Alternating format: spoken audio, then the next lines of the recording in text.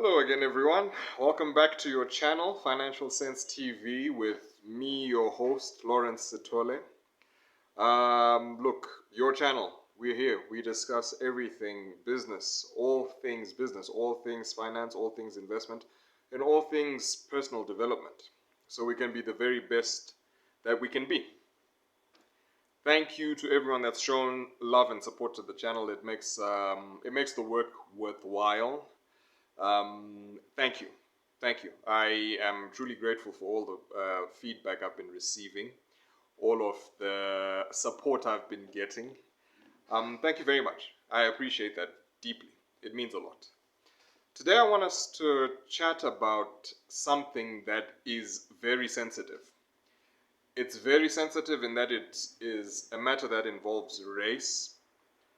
And for too long, we've skirted around the issue without addressing it head on. And I wanted to add my voice to this discourse. But of course, remember that none of my videos constitute as financial advice. If you are looking for financial advice, a certified licensed financial advisor ought to be consulted. Right. Nonetheless, let's get into the meat and bones of this session today. As you can probably tell from the title, I've called the message, Why Black People Cannot Make and Keep Money. Yeah. Why black people cannot make and keep money. It is by no means derogatory. As you can see, I am many shades darker than most black people. I am as black as they come. I'm as African as they come.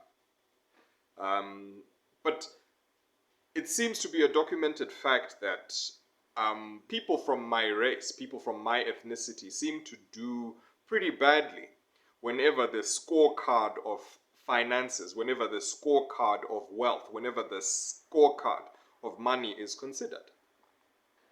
All right? And I took it upon myself to figure out why that is.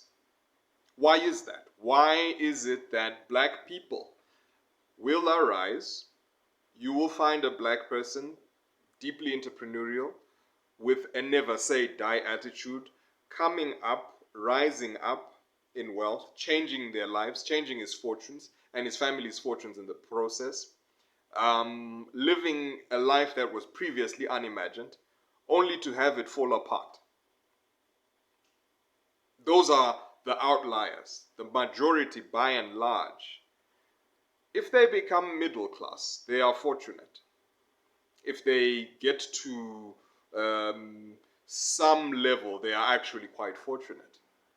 All right? And let me not generalize. We can actually go into statistics. For example, some of you may not know, may not be aware, but if you look on my social media handles, you'll find that over this last weekend, I had the rare privilege of being featured on a Money Talks podcast with Elvis Mliswa, a gentleman who's based in South Africa, and he's doing business in the media, and he thought it would be a good idea to come together and discuss finances generally. However, during the course of our conversation, the subject turned to money and race, money and African people, African American, Africans, black people, wherever you are. And one of the matters I discussed with him is that in America, in the US, an institution called Brookings Institute conducted a study wherein they found that the median white family, 9 times out of 10, the median white family, it was established, has 10 times more in terms of wealth than the median black family. All right? So the racial wealth gap, which is one of the biggest motivations for Financial Sense TV, is actually quite, in fact, real. The average family, the average white family in the United States of America has 10 times more wealth, statistically, than the average black family. The same institution went on to try and quantify the racial wealth gap, as it were, to say, why is it that? Why is it that way? And how much are black people in America lagging behind their white counterparts in terms of wealth? And they found that, amongst other things, that the richest 400 Americans on the Forbes list have more wealth than the 10 million black people that live in the US. The richest 400 collectively have more wealth than all 10 million black people in the United States of America. So the racial gap in wealth is actually quite real. And they found that all of the black people, when they quantify their finances and their wealth comes up to about 2 trillion US dollars versus 12 trillion in the hands of our white counterparts. So in hard facts, hard facts, the wealth gap between black people in America and white people is a staggering $10 trillion. And okay, you might say, look, Lawrence, I live in Zimbabwe, like me, or you might be a black person living in England or in Asia or wherever you might be watching this broadcast from. And you'll say, look, how does that affect me? Well, if we take the results of such a finding from that kind of research and say, okay, if we perceive black people in America to be doing better because they live in a country that is termed the home of the free and the land of the brave, or is it the land of the brave and the home of the free, whichever it is, if we perceive black people in the US to be well off when compared to black people in the rest of the world, then you'll find that it's black people in the rest of the world that are actually much, much worse off. I'll take that again.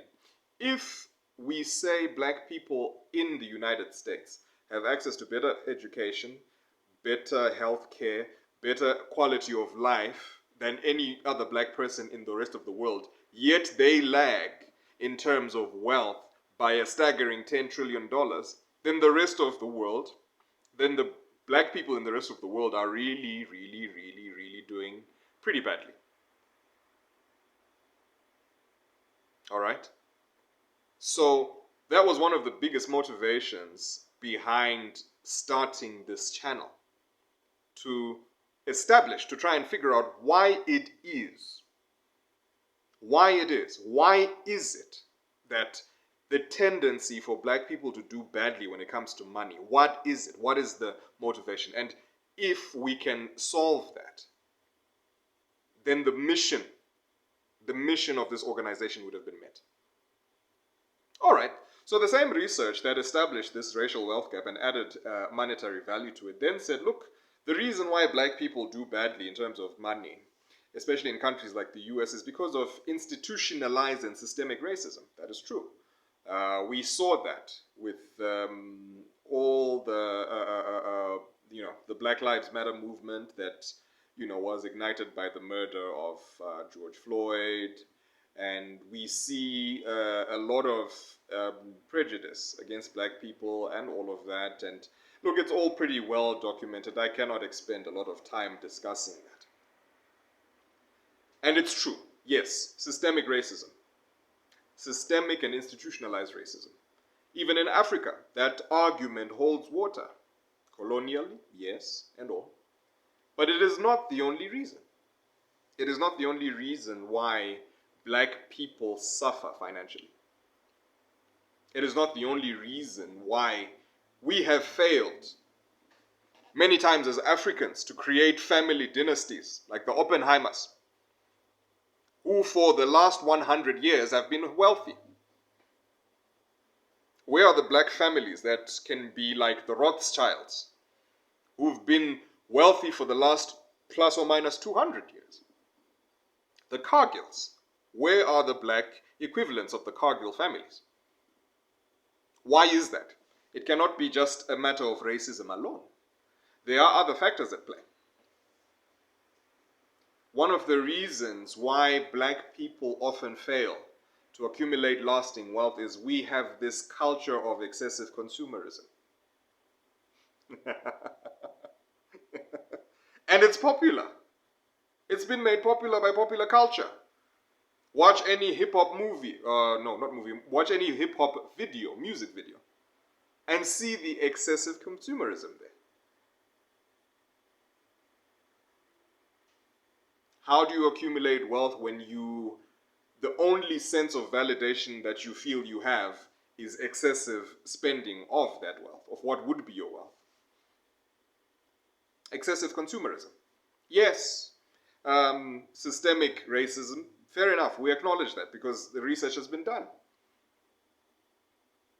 But we also don't do ourselves any favor by spending money like there's no tomorrow. Because guess what? There is tomorrow.